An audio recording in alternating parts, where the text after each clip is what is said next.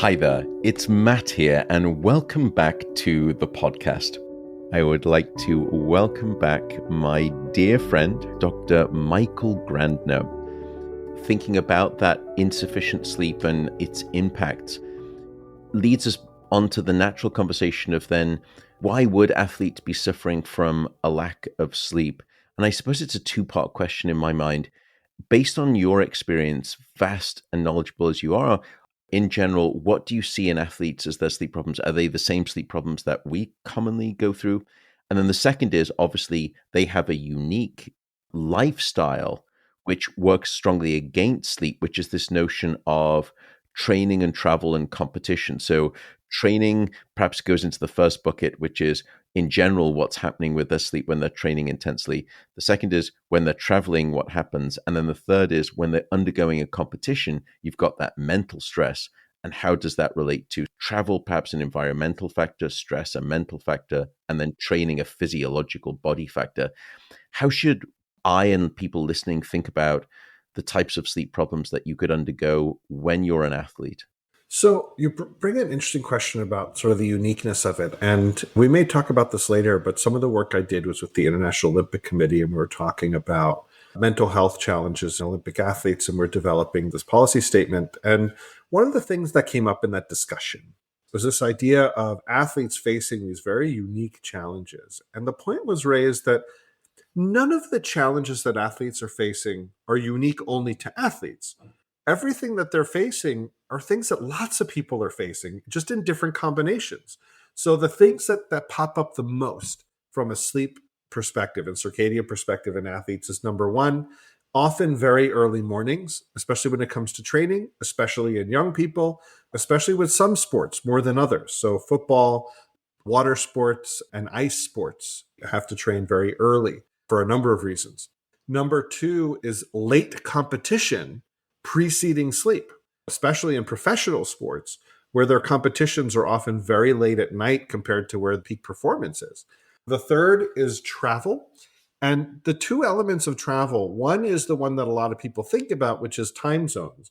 It's fundamentally different dealing with time zones within something like NFL, NBA, NHL, MLB within the United States, or NCAA within North America, where you're shifting, unless you're in Hawaii, you're shifting within a couple of time zones, which is still a shift, versus, say, Olympic athletes, which can be shifting a dozen time zones or more before competition, which is just totally different in terms of a strategy and a problem. So there's a time zone, but the part of it that a lot of people discount, and we've actually have a couple papers on this led by Jonathan Charest up in Canada, who's amazing, by the way, when it comes to sleep and athletics, is travel fatigue. Just the concept of travel is hard on the body. Traveling constantly is hard. And even if you're not shifting lots of time zones, it's just stressful and you don't perform as well after you've been away for a while without the chance to recover. For those who struggle with sleep, one recommendation that I've often offered and I've written about in my book is meditation. Now, up front, I was a complete skeptic. I thought it was all just a little bit, but the data was really strong. So I tried it, and that was 7 years ago. And I've now been meditating for 10 minutes before bed every night. The app that I've been using is called Calm, and I've decided to partner with them here on this podcast. And Calm have agreed to offer a full 40% off its premium subscription service to you, the listener. And to get that 40% off, you can just go to calm.com/Matt Walker. So again, that is Calm, CALM.com/Matt Walker to get your 40% off. So give it a try. See what you think. One other problem that I see very commonly, besides the early mornings, later nights, and the travel issues, is there's a lot of insomnia. Some sports tend to have it more than others, but partially, as you were mentioning, it's a combination of performance demands, stress, competition, pre-game insomnia, post-game insomnia. Sometimes you have just such frequent competition, they don't get a chance to rest. So like in Major League Baseball, they're playing like almost every day when it's in season, and they're constantly moving around. No wonder why it's sometimes hard to sleep on the road. Those are the biggest issues I find, but I think a lot of people can relate to it. A lot of people have to get up for work a lot earlier than their body wants, or school. And a lot of people have to work all day and perform and then have trouble winding down because they've got so much to do.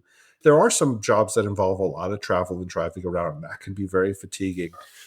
Athletes, I think, are a great place to study sleep health because they have all of the environmental and social constraints that all of us have. It's just slightly different. But go into any workplace. Everyone wants to win and perform, whether it's on the field or in your job or with your family or wherever. You want to do the best you can. And our society feels like we're going uphill. And I think it's because we live in a society that sees sleep as an unproductive use of time. And there's nothing more un American than an unproductive use of time. This is what we're fighting against, this dissonance between our biology and society. And athletes are just a great, the scientific term would be model system. I think athletes are a great model system for studying these things, but really they're people. They're people facing a lot of the same struggles that we are, just in their own way. And for those struggles, when people, you mentioned sort of the travel, which a considerable number of people here will be familiar with, perhaps with their jobs or different circumstances. Are there any things that you would typically recommend to say, okay, when a team has finished the game and now they have to go travel to the opposing team's ground and it's 3 time zones away or etc., and they get on the bus, then they get on the plane, they're doing X, Y, and Z, they're drinking this, they're being exposed to that, it's a hotel room. Are there any things that you say, okay, if you were to listen to me, here are some of the guardrails, here are just some of the rules of thumb that I would offer that may help risk mitigate against what you're about to face. I can't solve it. I can't cure jet lag, but here are some things that I know that may be helpful. Are there any highlights of those guardrails or rules of thumb that you offer, or is it too bespoke and hard? It has to really be circumstance specific. Yeah, no, I think there's a few key things that are pretty helpful in general. Number one is the concept of banking sleep. I think that this is something that's understudied. I think our field needs to study this a little bit better, but it's something I see clinically all the time as being very helpful. And the way I explain it is, if you're coming from a position of strength, if you've been getting good sleep for a week or two, and you're as recovered as you're going to be, and you're in balance with your schedules, if you have a rough night, it's not going to be that huge of a deal. You'll get a second wind. Your next day performance is going to be fine. I mean, you look at the laboratory studies with sleep restriction and PVTs, lapses, and other cognitive deficits. You can get deficits within the first day or so. I mean, there's total sleep deprivation. We're up all night, but that's usually not the issue here. The issue is more sleep restriction. And the sleep restriction data show that, yeah, you can have impairments within the first couple of days. The issue is the impairments are cumulative, and they build and build and build over time. So honestly, the first couple of days are we're going to be the least impaired. And actually, the stress and worry and psyching yourself out is probably going to make you more distracted than one night of rough sleep is going to be, once you get that second wind and your circadian rhythm kicks in and you're able to focus during the day. And if you tell yourself, look, I'm coming from a place of strength here, I'm fine. It's just like, if you have a generally healthy diet and you have a day where you're eating cheeseburgers and pizza, you're not going to develop diabetes tomorrow. But if you're generally having an unhealthy diet, then you have something even worse, then it throws your body off even more. So sleep banking, number one, before you travel, get the best sleep you can so that you become more resilient. A sponsor of today's show is Inside Tracker, which is a service that comes out to your home and they will analyze your blood and your DNA to know precisely what is going on inside of you. Hence the name Inside Tracker. They look at your blood, your metabolic signals, your hormonal health metrics, and then they give you a personalized, actionable set of lifestyle changes in response to that readout. And the goal there is to improve your health. I was looking and informed they have some new cardiovascular and new hormonal biomarkers that I'm particularly interested in. One that I'm focused on is something called ApoB, which is an absolutely critical heart health measure. And I get it done now with them somewhere between 4 to 6 times a year. Why? Well, my family unfortunately has a strong history of cardiovascular disease. So I am checking that pretty ruthlessly. And by the way, I do buy the product myself out of pocket. I don't want to fall prey to any of those trappings and undue incentives. Although, with full admission, I still use my own discount code that you can use to get some money off. And that code for you is insidetracker.com/Matt Walker. So just go over to insidetracker.com/Matt Walker. And again, if you want to get that discount, it is insidetracker.com/Matt Walker. Thanks very much. And just for folks to note very briefly, so by this stage, people will have listened to a series of podcasts on napping. And I speak about perhaps, I think one of the first studies to show this, which was actually David Dingus and Mark Rosekind. And they were working with the FAA and they were trying to ask, when should you place a nap for long haul travel for pilots that it would be most mitigating of the effects of sleep deprivation? And what they found was that instead of thinking, okay, if a pilot's going to nap and they're going through the sleep deprivation, they should nap right before the end to sort of supercharge them for the most critical part, which is landing. They found the opposite, that when you nap early in the schedule, you create some degree of resilience, some partial immunity, and it led to this idea of sleep banking. And then I think the classic paper that you and I know is by Thomas Balkin, and I'll do another episode on that too. So I love this idea. And I've often said that sleep in some ways is not like the bank in terms of sleep after learning for things like learning and memory. If you lose that sleep, you don't seem to recover it. But that's not really talking about sleep before learning. So in other words, it's difficult to go into a debt and then try to pay it off later by building up credit. However, if you know you're about to go into debt, you can add some credit, and then the hit that you take in terms of the depth of your debt is much less. And so I love this idea. So sorry, I interrupted you before you going on to point number 2. Yeah. So the other thing is this concept of that wind down routine at night. When you want to send an evening and nighttime signal, it's more than just getting into bed. It's also dimming lights, keeping them in the yellow orange spectrum if you can. You know, if you need blue blockers, I think that's a great use of them. Toning down the volume of everything you're doing, even if it's at kind of the wrong time. Practicing good stimulus control, not getting into bed until it's about bedtime. And so you could use the bed as a sleep stimulus, even if it's not actually the time you're used to, even if it's a couple hours off.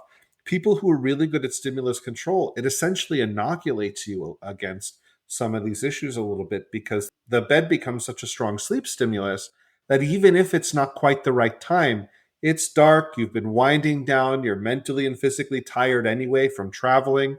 It's really easy to get yourself into that sleep spot.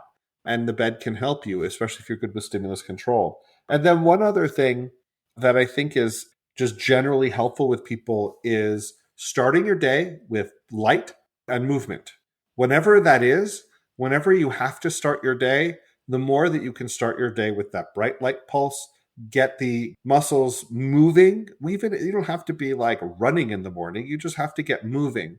And that increased oxygen utilization from the muscles, actually, there's great data showing that the oxygen utilization itself becomes a daytime morning signal to people, because during sleep, our O2 use drops as we're resting and breathing a little more shallowly. And so the drop in O2 leading to a rise in O2 when we wake up, that rise in O2 that we start using as we wake up and take deeper breaths and rehydrate and all this stuff, actually sends that daytime signal. So send a daytime morning signal when you want to tell your body, hey, it's morning, daytime, no matter what the clock says. Send a nighttime signal when you want to say that it's nighttime. Give yourself a buffer before you go and be inoculated against it with what the best stimulus control you can manage. And sometimes that's all you got. It might be different if you're traveling a lot of time zones and you're dealing with phase shifting, but for a couple, that's usually a pretty general approach that I would take. Oh, and then the other thing is the hotel room that you're staying in, it annoys me that some hotels are very bad about light and noise. Like the degree to which you can block out external light, put clips on the blinds or the drapes or whatever they've got. Yeah, grab the coat hangers out that are there for your trousers. It's so funny that I'm sure you get this now too, being out in the public, that now I get a wonderful bounty of emails every week exclusively dedicated to the contortions that people do with their hotel rooms. And there is clothing strung up on all of the annoying lights in there. There are clothes hangers that are seemingly torturing the curtains in some bizarre sort of tie me up, dress me down manner. And it's just amazing to see the lengths. And part of the reason I love two of your explanations is the first, you're speaking about making sure that your bedroom is prepared in a way that you are normally used to. And this is in our past podcasts, you and I spoke about insomnia and negative conditioning and linking your bed with negative things. But you also, many people don't realize, you've done many of these positive things with your sleep routine to help you get good sleep. You use certain pillows, you maybe have certain scents, you dim the lights down to a certain amount, you have a particular playlist that you listen to, you meditate, you read. And what I often try to advise athletes to do is take as much of that routine and even the paraphernalia involved and bring them into your hotel room so it doesn't feel so foreign. And so it feels as though there is some degree of normality that helps reinforce what you're so typically used to that you've become conditioned to. And the second part of what you were saying, I think most athletes forget about the daytime when we're speaking about sleep and a lack of sleep when you're traveling between time zones. I think what they forget is they're not really complaining about the bad sleep. They're complaining about the consequence of the bad sleep. The consequence is about how they feel during the day.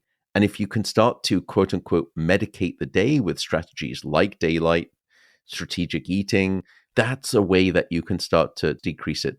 Let me then come on to the idea of amount of sleep. We often hear, and I'm sure you've worked with these athletes too, people like LeBron James, you've got Roger Federer, you've got Usain Bolt, all of them have described an epic sleep need that seems beyond anything that we typically have. Now, those are perhaps outliers, and maybe that there is just some heresy of media brewing that has inflated what they said, which is, I need about 9 hours, and then the next article it becomes 10 hours and then 11 hours. And do you see or do you advocate for both a greater amount of sleep in athletes? And if so, why? And also, do you advocate for slightly augmented sleep regimes where, yes, it's perhaps sleeping more, but also maybe do you advocate more for daytime naps? And if you do, when should those naps happen? And how do you think about that amount of sleep and the timing of sleep and the structuring of sleep for athletes? I think you make an excellent point that sleep duration is really important for recovery. You need to give yourself enough time to do all the things that you need to do. If you cut it short early, you're just cutting it short early. You're not actually doing it more efficiently. I mean, there's the data that says you might be slightly more efficient, but it's very slight compared to what you're cutting out. And so you're just shortchanging yourself. And so you have some of these athletes that have learned that and said, actually, the more I get up to a certain point, like actually it's way better. I do think it's unlikely that people are such outliers that it's 10, 11 hours, but I don't know. Maybe it's that long in bed. You know what happens when you extend sleep? It gets a little shallower. You're spreading the same amount of butter over just a little more bread. Very dangerous. Yeah. So I wouldn't say that the typical person, the typical athlete probably needs 10 hours. However, I think that the problem isn't that there's so many athletes getting 9, 10, 11 hours of sleep that maybe that's harmful. I think the problem more is that there's so many athletes getting 5, 6, 7 that maybe when they need 6, 7, 8, maybe 9, especially when you're talking about a lot of elite athletes are in the age range where sleep needs are known to be higher. Like we talk about the 8-hour sleep myth, which really means 7 is the new 8, which really means that about 7 hours by self-report is probably fine for optimal functioning for a typical adult. But when you're talking about an athlete that might have increased recovery needs, maybe getting a little more would be good. So erring on the higher side might be better. Again, there's not a ton of data on this, but there's enough where I'd be willing to say that erring on the slightly longer side, not 10, 11 hours for most people.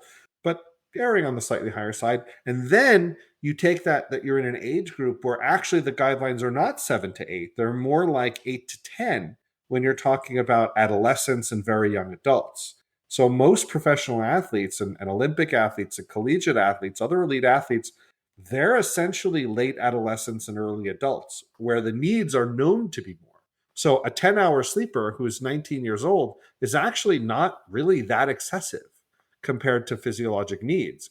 It's unusual societally, but not biologically. You make a really good point that we should be looking to people who have nothing to prove in terms of their dedication. No one's going to argue that these elite performers are lazy, and that's why they're spending so much time in bed. They got nothing to prove, and they want to win, and they're willing to do this. Is this exactly what they need? I mean, I don't know. There's all kinds of things that famous high performers do that may or may not be helpful with the teas they drink or the socks they wear. Not everything they do, but erring on the longer side of sleep, whatever that means, my guess is that's part of why they do better. I will never forget, and I won't name any names, there was a very famous person who had a medical evaluation where their doctor said, oh, they're only getting 4 or 5 hours. That's probably why they're so successful. And when I saw that, I didn't know how to react because that's the opposite of what we need to be saying. That it's not that more is better. It's that the problem isn't that there's too many people getting too much.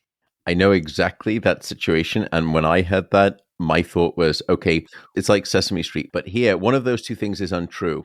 Either it's true that they're getting so little sleep, but it's very untrue that they are fit as a fiddle and as healthy as an ox, or they're as healthy as an ox, but they are really probably telling lies about how much sleep that they're getting, because those two, from everything we know, do not seem to be able to coexist.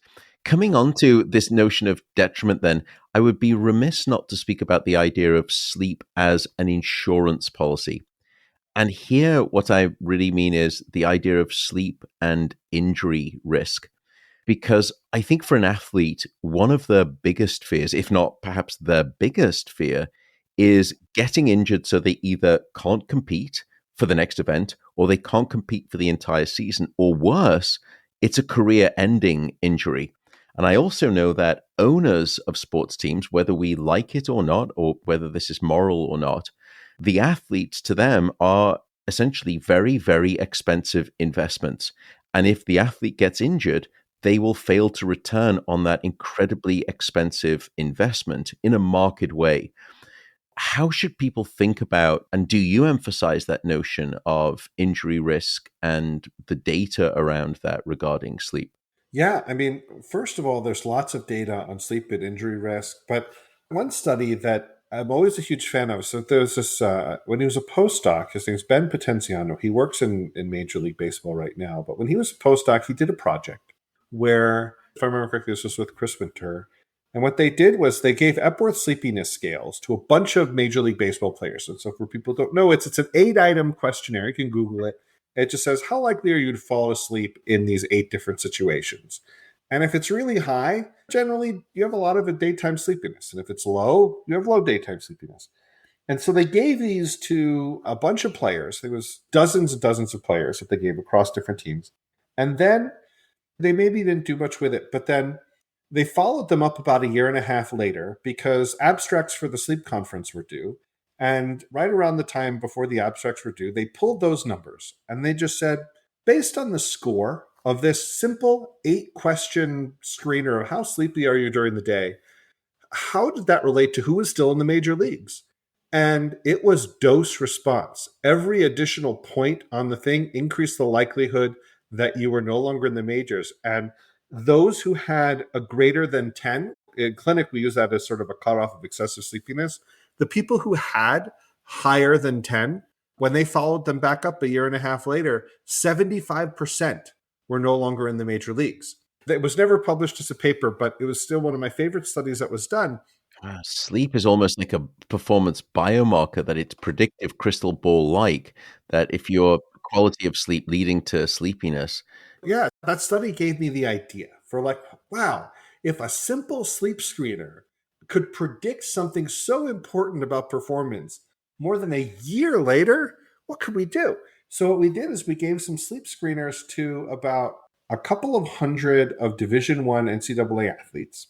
And we gave it to them over the summer before school started, and then checked their data a year later, the next summer. Over the entire academic year, we looked to see who got a concussion. And what we did is we looked to see how well the sleep screener predicted who was going to get a concussion. And so what we found was that some of the main predictors of concussion are things like prior concussion history, whether you're playing a high-risk sport, whether you're male or female. Those things were generally sort of the main concussion risk factors, and they did predict increased likelihood of having a concussion in the next year. But there were two things that actually predicted it better than all of them. One was your daytime sleepiness. Again, if you were sleepy over that summer, if you reported a high level of daytime sleepiness, that actually predicted concussions better than any of the other concussion risk factors. Also, if you had a score of at least 15 on the Insomnia Severity Index, which is a 7-item insomnia screener, again, you could Google it, but just asking how much difficulty do you have with sleep? If you were scored in the higher, moderate to high range, which was 15, again, that also separately was a better predictor of incident concussion risk than any of the other concussion risk factors. So they weren't explaining the same thing. So we put the insomnia and the sleepiness in the same model. They didn't have the overlapping. It was some overlapping variants, but it was mostly unique variants they were explaining in terms of nighttime problems and daytime problems. So yeah, just a few simple sleep questions. The other supporter of this podcast is the electrolyte drink company called Element. Now, it's actually 4 letters, LMNT. I am a bit of an exercise fanatic, and I started buying their products some years ago, really, because of 2 key facts. First is the lack of sugar content. Element has no sugar. It also has no colorings, no artificial ingredients, which is unlike many of the other mixes out there that I was shopping. The second is because of the founders, who have some serious years of biochemistry experience under their belts, and they know what they're doing. So if you want to give it a try, just go to drinklmnt.com/Matt Walker, and you will get 8 free sample packs on any order that you place. Once again, that is drinklmnt.com/Matt Walker. The reason that concussion strikes me so powerfully is anyone who follows sports has probably heard about the concussion head injury explosion of concern for both what I would think of as American football, but also for what I think of as classical football, which over here is called soccer, which is heading the ball or having head clashes. And of course, in American football, numerous head clashes. And the risk of then the brain damage, and then what we know, the abnormal proteins, particularly things like tau protein, which is also associated with Alzheimer's disease, that develop and cause some major problems. I am very mindful of your time, Michael, and to the listeners, I apologize because we do have a pretty hard stop, and I'm just going to have 2 more questions. I'm hoping they could be rapid fire, but I will actually take probably most of the time in trying to explain them. So the first one, I was going to speak about diet and lifestyle, but I'll focus on diet because there are probably 2 substances that when I'm out in the field of athletes, I get asked about most, which is caffeine and creatine. And I would love to hear your thoughts on the use of caffeine strategically. It's, I think, probably one of the most commonly used substances for performance enhancement. And I think the data there is somewhat clear, although you've already spoken about how caffeine does not bail you out of your sleep debt. But the other is creatine. I often struggle to have much to say to people. For those people who don't know, creatine is a simple peptide that's comprised of essentially 3 amino acids called arginine, glycine, and methionine. And it increases muscle stores of something called phosphocreatine, which is used for high energy fuel when you're doing powerful muscle contractions. Hence, it's been found to be beneficial for sports performance.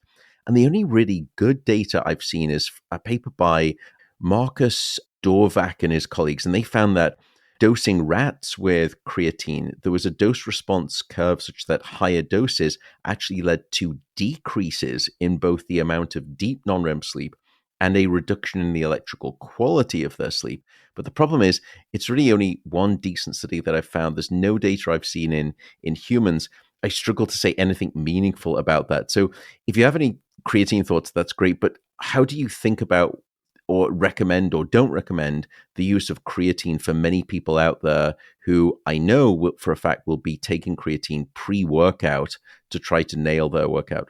I think you're right that there's just not a ton of data, but there's another study that I'm a big fan of. So Miranda Lim, who's at Oregon, who's a neurologist, she's done some really cool work on traumatic brain injury. And she's done this great study where they gave, again, this was an animal study, where they did a traumatic brain injury in rodent model and then supplemented with branched chain amino acids prior to sleep, with the idea that these are the raw materials. If your brain during sleep is going to help with the recovery from that brain injury and prevent further problems, give it the raw materials it needs to do the rebuilding. And by the way, for folks, branched chain amino acids are what we think of as essential amino acids, things that our body absolutely needs in our diet. And when people buy, they've probably seen tubs in sports shops that say BCAA. These are branched chain amino acids. In any protein powder, you're also typically going to have 100% recommended daily dose of these branched chain amino acids. And so that's fascinating that essentially waiting for the window of time when sleep is going to be doing what it's doing and providing the building blocks to construct the metabolic and muscular house is key. But I think part of the issue is sometimes amino acids can be sleep helpful. Like glycine probably has the best data for being sleep promoting. But then you have other amino acids like glutamine, which can inhibit sleep and make sleep shallower. And a lot of workout supplements, they're not only really formulated for sleep, but a lot of them will also have caffeine in it or other stimulating compounds, which is great pre-workout. Yeah, if your workout is going to be in the morning, we're assuming that it's in the morning. But yeah, Right. if you're going to work out at 8 p.m. and you hope to be in bed and asleep by 11, and you're banging 400 to 500 milligrams of caffeine unknowingly in your pre-workout, quote unquote, ultra boost drink or whatever it is. Of everything we've done, I've had a couple of patients where actually it was the evening workout supplements that were the bottleneck in terms of getting their sleep better. And actually changing those made a big impact. It's not everyone who takes workout supplements at night it's bad or anything. It's happened. It's something that comes up and I ask about because it's something I explore. And the thing with is caffeine is great. I mean, it's probably the most used psychoactive drug in the world. If you discovered it now, it would probably be illegal. I mean, it's very helpful for a lot of things, but it can impact sleep for hours after you take it, even after you don't think you're feeling the effects anymore. And so some people who are more sensitive, like they could be having caffeine at lunch and it's still impacting their sleep at night. So it's just something to explore. But yeah, I think it's all these systems are connected and sometimes we need to get creative about what we're doing. Yeah, so just for the athletes, that afternoon lull and drop, which I've spoken about before and you've discussed, we know it's physiological and they will use caffeine in that mid to late afternoon to help them get over the hump to really make the afternoon training session important. And now you're getting into that territory, as you described, for some of those people who are highly sensitive to caffeine, it will impact. The last question I have, we've spoken in a very focused way on this podcast with you about the athlete themselves, and rightly so. But if we zoom out to the level of teams and organizations, where can those teams and organizations find more information about sleep? You've done some incredible work, so much so that you've actually helped major sports organizations and sports governing bodies with developing landmark positional statements regarding sleep recommended guidelines. So can you tell me a little bit more about that and where people can find it? And we'll also, of course, link to that stuff in the show notes. Sure. Yeah. So a few things. The NCAA has been really leading this more than anybody else, to be honest. To that, I need to give credit to Brian Hainline, who's the current chief medical officer of the NCAA. He's been very visionary about health, mental health, and sleep in athletes. And so I was involved they were developing their mental health best practices. And I was brought into that because they needed a sleep person because it's an issue that just kept coming up. And so we integrated sleep best practices into their mental health best practices. So anyone who wants to Google NCAA mental health best practices, their document is freely available online to download. There was a companion book that went with it called Mind, Body, and Sport. The PDF is free to download from the NCAA's website. It was supposed to be something that any program could use to learn more about mental health, what to do about it, how to think about it. And sleep plays a pretty prominent role in there, not just as a mental health issue, but also as a performance one. Then what happened was they went on to say, like, look, sleep seems to be so important. We need a separate document just on sleep. So NCAA became the first major athletics organization to have their own sleep consensus committee that developed sleep guidelines. And so I was very glad to be a part of that with other sleep people there too, and other stakeholders. So that paper was published in the British Journal of Sports Medicine. You can see that. I think it's like a wake-up call for college sleep, pun totally intended.